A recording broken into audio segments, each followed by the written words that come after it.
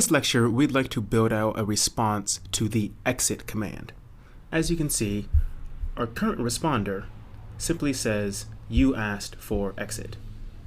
If we start up the app, we can see this in effect. If we enter the word exit,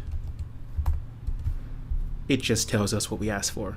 We want to modify this responder to actually kill this entire process. So I'm going to get rid of this console log and change it to process.exit and then pass it as 0. We talked about this command a moment before because it's the same that we're using down here when we bind to the event that the user has tried to close the CLI. As I mentioned, when we put that in, we're using process, which is the same global that we use to get the node environmental variables. We're calling the exit function that it has built in, and we're passing an exit code. 0, by convention, tends to mean there was no issue. Any other code will have application-specific meaning, but generally speaking, a non-zero code is a problem or is an error. A 0 is fine. So let's start the app back up. Enter the exit command.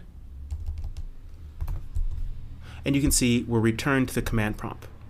We can start the app back up again, exit command again, and we're brought back.